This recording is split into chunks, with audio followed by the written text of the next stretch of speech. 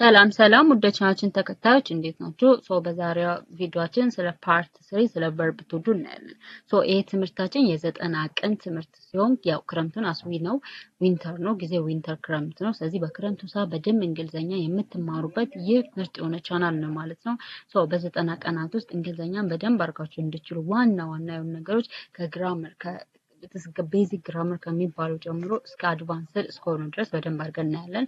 እናንተም በየቀኑ ይሄ ቪዲዮ እንዲደርሳችሁ በየቀኑ እኔም ተበረታትቼ እንድሰራ ይሄን ቪዲዮ ላይክ በማድረግ እንዲሁም ደግሞ ቻናሉን ሰብስክራይብ በማድረግ ኤንድ ቻናሉን ሼር በማድረግ አበረታቱኝ ማለት ነው።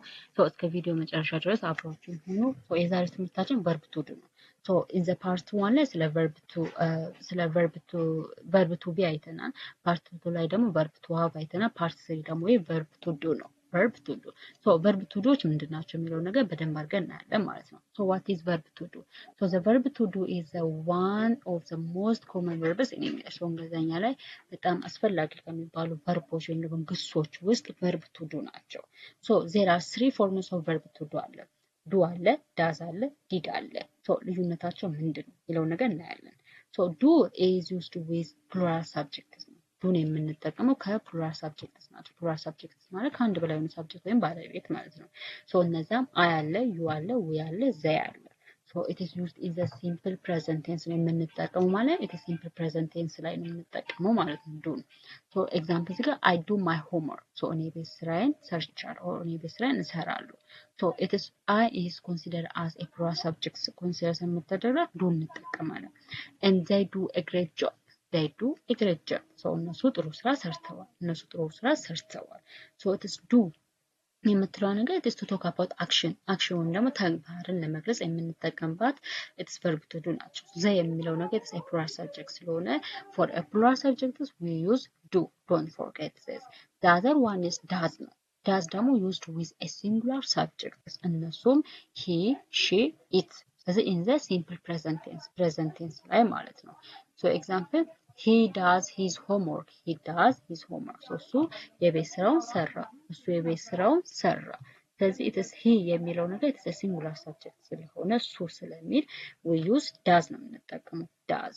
he does his homework እሱ የቤት ስራውን ሰራ it is a singular subject እንጠቀማለን። the other one is she does the cooking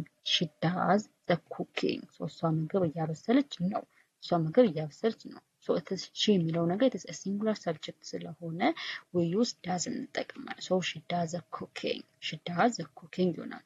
the other one is did ነው did. this did is a form of verb to do ነው።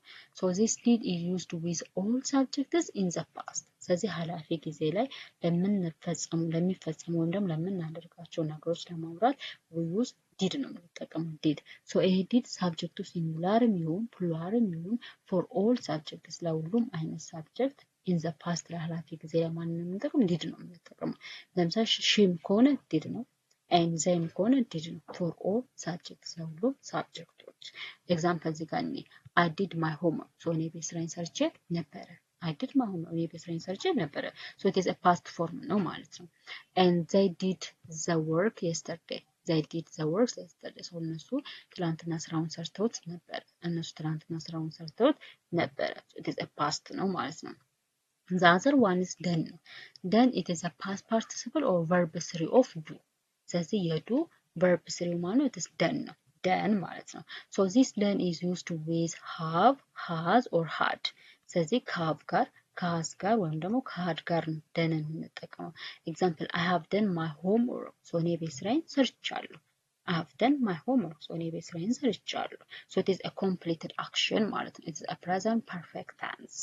and she has done the dishes እነሱ እቃዎቹን አጥባለች and they had done the work before we arrived እኛ ከመድረሳችን በፊት እነሱ ስራውን ጨርሰውት ነበር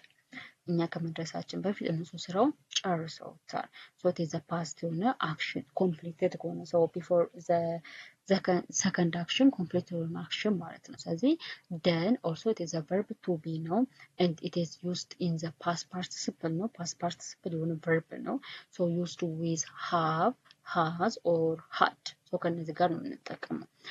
in general እነዚህ verb to doዎች it is ዋና ሶስት ተግባራቶች አሉት። the first one is to talk about an action ስለ አክሽን ወይም ደግሞ ስለ ድርጊት ስለምናደርጋቸው ድርጊቶች ለማውራት we use verb to do ነው። it means perform መሆን ይችላል carry out or complete so የሆነ አክሽንን ፐርፎርም ማድረግ የሆነ አክሽን መተግበር መስራትን to talk about an action ስለ ድርጊት የምናወራ ከሆነ we use verb to do ነው። example I do my homework every day so እኔ በየቀኑ የቤት ስራዬን እሰራለሁ she does the laundry on Sunday so እሷ እሁድ ዕለት ላውንደሪ ወይም ደግሞ ልብስ ታጥባለች and they did their work yesterday so እነሱ ትናንትና ስራቸውን ሰርተው ነበረ ስለዚህ እነዚህ አክሽን ወይም ደግሞ ስለ ተግባር የምናወራ ከሆነ it is do እንጠቀማለን the other one is to talk about questions to make questions ወይም ደግሞ ጥያቄ ለመመስረት ጥያቄ ሜክ ለማድረግ ነው ጥያቄ ለመመስረት we use do እንጠቀማለን so do does and did are used as a helping verb to form questions ስለዚህ question ወይም ደግሞ ጥያቄን ለመመስረት እንደ ረዳት ግስ አድርገን ማንን እንጠቀማለን verb to doዎችን እንጠቀማለን example do you speak english እንግሊዝኛ ማውራት ትችላለህ መናገር ትችላለህ so it's a question ጥያቄ ፎርም እያደረግን ነው ማለት ነው and does he live here so እዚህ ይኖራል it is a question form ነው and did they finish the project so እነሱ ፕሮጀክቱን ጨርሰው ነበረ so as a helping verb for making a question we use it is verb to do እንጠቀማለን the other is to make a negative sentence so negative ነው አፍራሽ የሆኑ አረፍተ ነገሮችንም ለመስራት we use verb to do ነው so do does and did are also used with not to make question ስለዚህ question ወይም ደግሞ ጥያቄ አረፍተ ነገር ኔጌቲቭ ወይም አፍራሽ የሆኑ አረፍተ ነገር ለመመስረት it is verb to doዎችን ከናት ጋር በመጠቀም we make it's a negative sentence መመስረት ይቻላል example I do not like coffee I don't like coffee ስለዚህ do not የሚለውን ነገር ኮንትራክት አድርጋችሁ አሳጥራችሁ አፖስትሮፍ አድርጋችሁ እንደዚህ ማስቀመጥ ይችላል so I do not like coffee so ነው ብለን አልወድም it is አፍራሽ የሆነ አረፍተ ነገር ነው ማለት ነው ስለዚህ do not ስለዚህ ከቨርብ to do በኋላ not የምትለው ነገር በማስገባት ኔጌቲቭ ወይም አፍራሽ የሆነ አረፍተ ነገር መመስረት ይቻላል she does not drive so እሷ አትነዳም and we did not go to school yesterday we didn't go to school yesterday so እኛ ትላንትና ትምህርት ቤት አልሄድንም so በአጠቃላይ እነዚህ verb to do የሚባሉ ነገር to make a negative sentence and to form or to make a questions and it is to talk about action እንደም ስለ ተግባር ለማውራት verb to doዎችን እንጠቀማለን so this is all about verb to do ይሄን ይመስላል ማለት ነው so እዚህ ጋር it is a multiple choice questions ጥያቄዎች አሉ example እዚህ ጋር dash you like coffee so you የሚለው ነገር it is a plural subject ነው so it is a plural subject ከሆነ የምንጠቀመው ከverb to do ውስጥ ማንን do ነው የምንጠቀመው so to make a questions የምንጠቀመው verb to doዎችን እንጠቀማለን so depend on the subject you የሚለው ነው it's a plural subject ስለሆነ the correct answer is ማለት is do so do you like coffee so ቡና ትወዳለህ so እንደዚህ እንላለን ማለት ነው does የምንጠቀመው ደግሞ for a singular subject